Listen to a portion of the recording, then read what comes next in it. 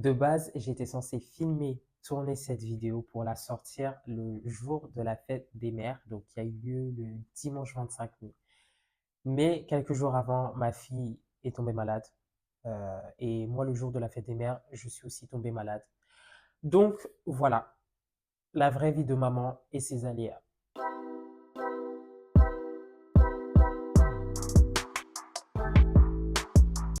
Hello, j'espère que vous allez bien. Je vais me permettre de me présenter si vous ne me connaissez pas. Donc, je m'appelle Fanta, je suis maman solo au quotidien d'une petite fille qui a maintenant 8 mois et en parallèle, je suis entrepreneur, donc entrepreneur en plein développement.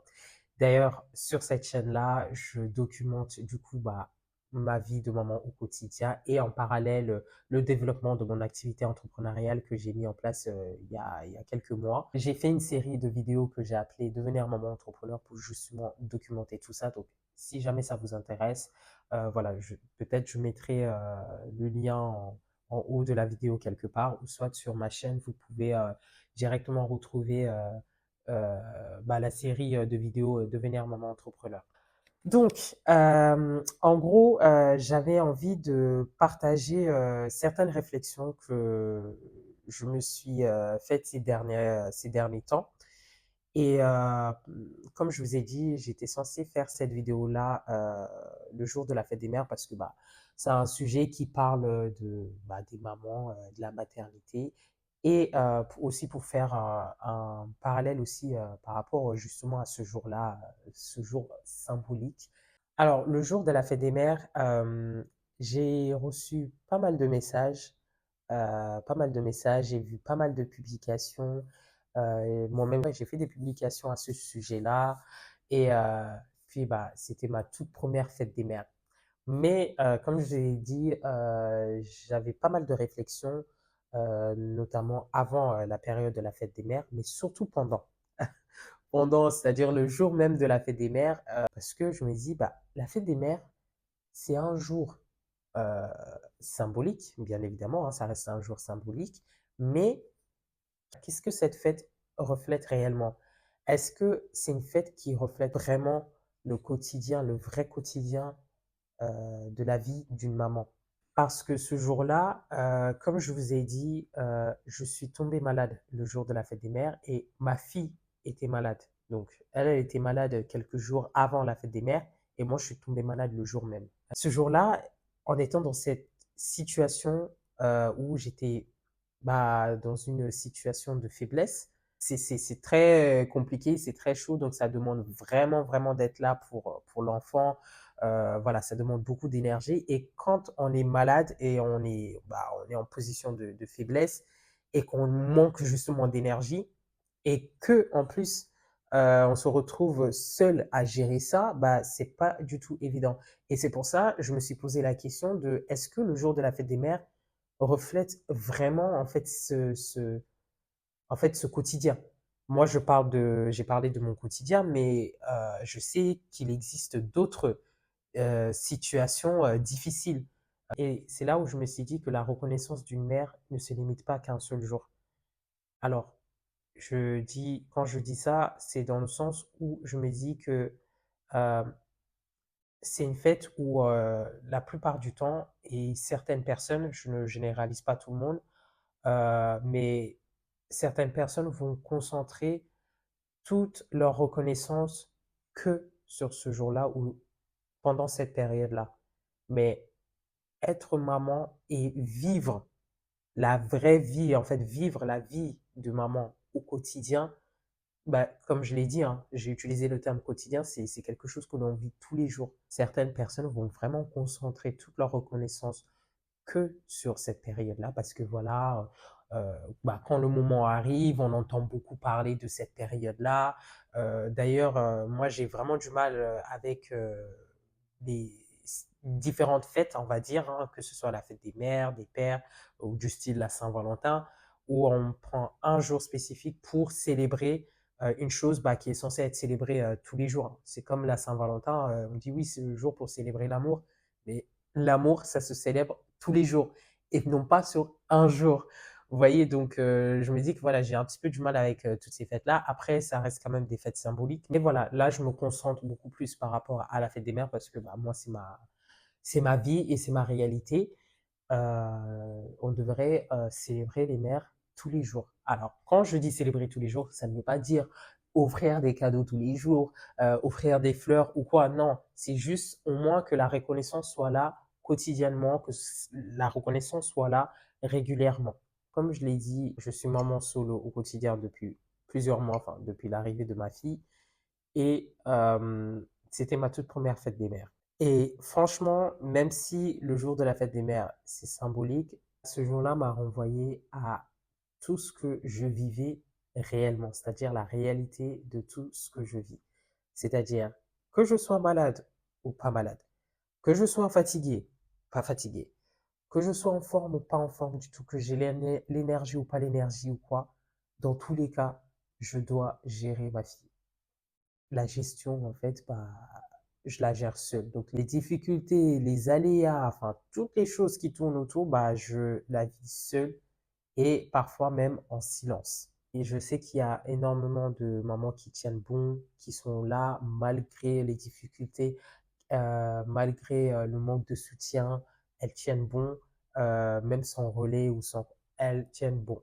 Et franchement, je respecte. Vraiment, je dis respect. C'est vraiment pas évident. Le fait maintenant que je suis dans ça, en fait, je me dis, mais waouh, c'est pas évident. Et même ça me fait penser à bah, même ma propre mère. Me dit, mais waouh, c'est pas évident. C'est pas évident du tout de vivre ces choses-là. C'est réellement ça. Vous voyez, la vie, hein, comme on dit, hein, quand on n'est pas dans une situation, on peut chercher à comprendre et imaginer à quel point une situation peut être difficile, mais tant qu'on ne vit pas la chose, bah, on ne peut vraiment pas savoir et sentir réellement ce que c'est. Mais voilà, c'est la vie, c'est comme ça, et de toute façon, c'est une expérience à part entière. Tous les jours, on apprend, tous les jours, on fait face à différents types de situations, des aléas. On programme en avance certaines choses, mais dès qu'il y a, dès qu'il y a un imprévu qui arrive, bah, voilà, on n'a pas le choix. On est obligé de. En gros, notre vie, en fait, elle est centrée autour de cette maternité-là. C'est-à-dire que bah, les enfants ou notre enfant bah, devient en fait notre priorité. C'est le centre en fait de notre vie, c'est le cœur de notre vie, parce que bah, tout ce qu'on va faire autour doit être adapté à eux. Par exemple, je me suis lancé à mon compte. Euh, Même en me lançant à mon compte, bah, j'ai quand même pas mal de limites. C'est-à-dire qu'il y a plein de choses que je mets en place pour justement adapter par rapport à ma fille, surtout que je suis seul bah, à la gérer, etc. Donc, je dois vraiment adapter les choses par rapport à elle. Et en parlant de ça, il y a un sujet que j'avais abordé dans ma précédente vidéo où j'avais parlé vite fait de la culpabilité.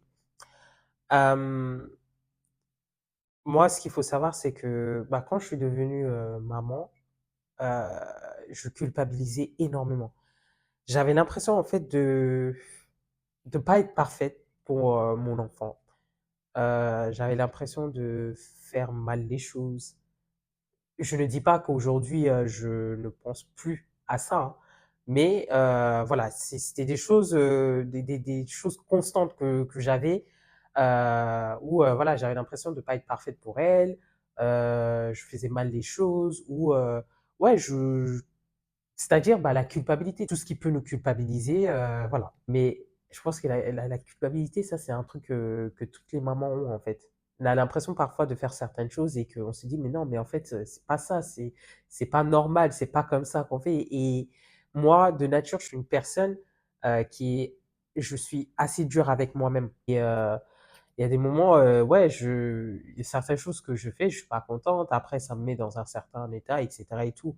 Mais honnêtement, depuis quelque temps, sincèrement, euh, j'essaie de me détacher vraiment de la culpabilité. Pour vous donner un exemple, euh, il y avait des moments, bah, euh, tellement j'étais fatigué, bah, par exemple pour faire le ménage, tout ça. je culpabilisais en fait quand je n'avais pas la force ou l'énergie, bah, de faire le ménage. Alors qu'en temps normal, bah, moi j'aime bien que chez moi ce soit propre et tout. Et je suis arrivé à un moment en me disant que, bah, Fanta, tu toute seule. Au quotidien, tu es toute seule à gérer, tu toute seule à gérer ta fille. Donc tu peux pas être partout.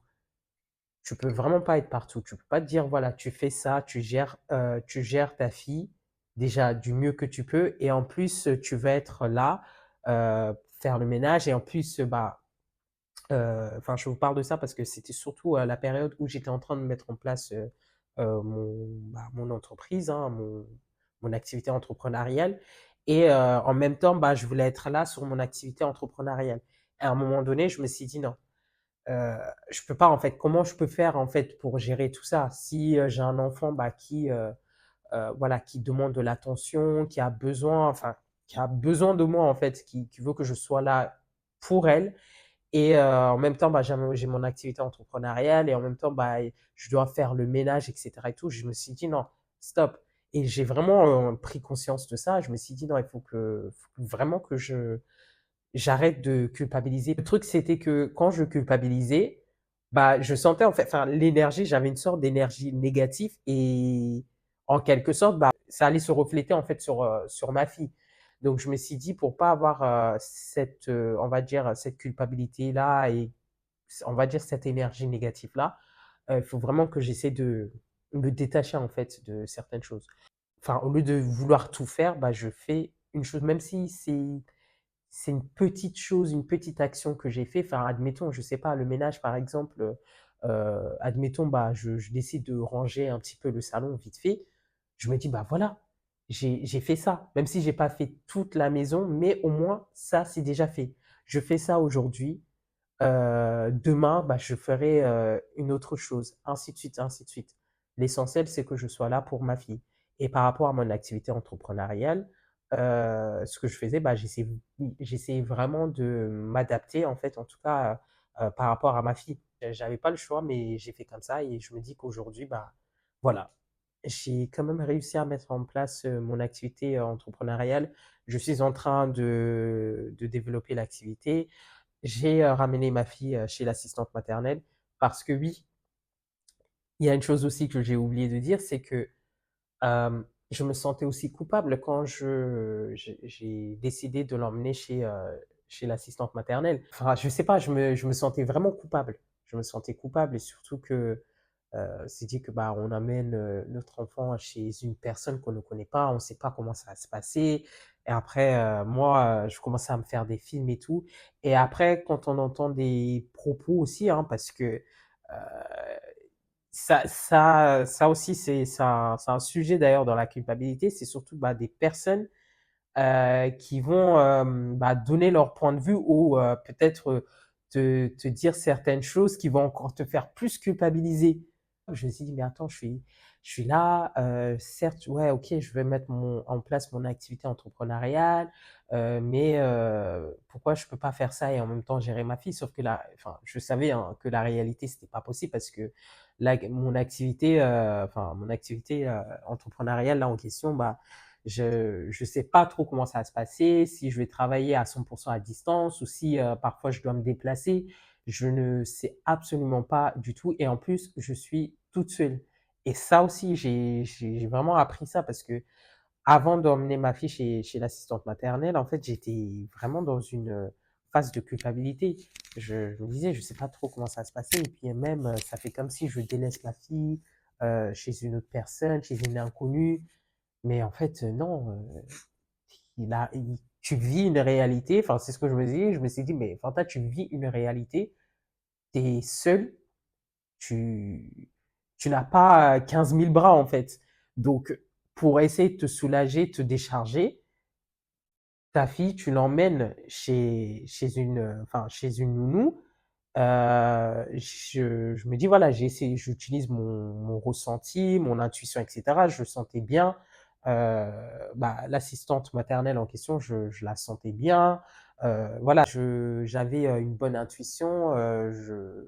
Voilà, je sentais pas quelque chose de mauvais, hormis les petites voix, les doutes. Voilà, toujours ces petits doutes là qui viennent trotter là, se trotter dans la tête et tout. Mais sinon, hormis ça, non, je me suis dit, justement, au contraire, ça va t'aider.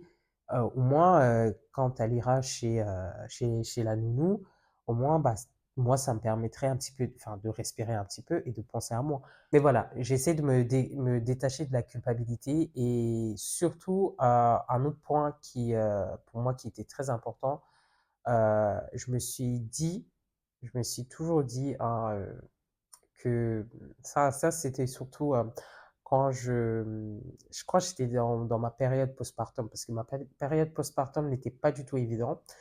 Et il y avait une période où j'étais totalement perdu. J'étais perdu sur la partie professionnelle. Je me suis dit, maintenant j'ai un enfant, comment je vais faire, mais j'ai pas envie de laisser mon enfant chez quelqu'un.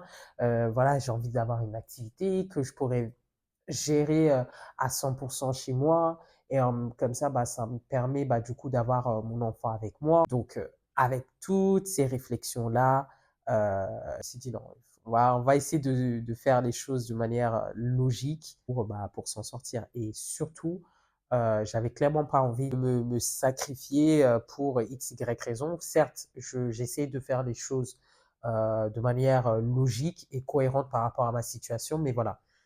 Et pour moi, il y a une chose qu'on normalise, enfin, qu'on normalise et qu'on idéalise surtout, hein, c'est bah, quand on est maman, on doit se sacrifier. Déjà de base, on se sacrifie pas mal quand on est maman, mais est-ce qu'il faut tout sacrifier parce que on est maman? Est-ce qu'il faut mettre de côté ses rêves, ses ambitions parce que on est maman? Ben moi, je me suis dit, c'est hors de question. Moi, je n'avais clairement pas envie de me délaisser pour, parce que je suis devenue maman ou parce que j'ai un enfant, que je me délaisse, que je délaisse mes ambitions, mes rêves, ou qu'on dise non, mais il faut pas faire ça. euh, si tu fais ça, après, tu vas faire comment pour ton enfant? Et vous voyez, ce genre de choses-là, euh, pour encore plus nous faire culpabiliser comme si on ne le culpabilisait pas déjà. Vous voyez ce que je veux dire? Donc, ouais, pour moi, c'était pas du tout envisageable. Euh, je me suis dit, voilà, je me sacrifie déjà. À partir du moment où je suis maman, déjà sacrifier une bonne partie des choses de ma vie pour ma fille, mais voilà, je vais pas me sacrifier genre gratuitement comme ça. Je vais continuer, même si ça, voilà, ça va me prendre du temps, même si je fais face à certaines contraintes, j'ai pas une certaine liberté pour accélérer dans mon business, etc. et tout, je me dis, c'est pas grave. Mais au moins, la chose, elle est là, elle est déjà mise en place.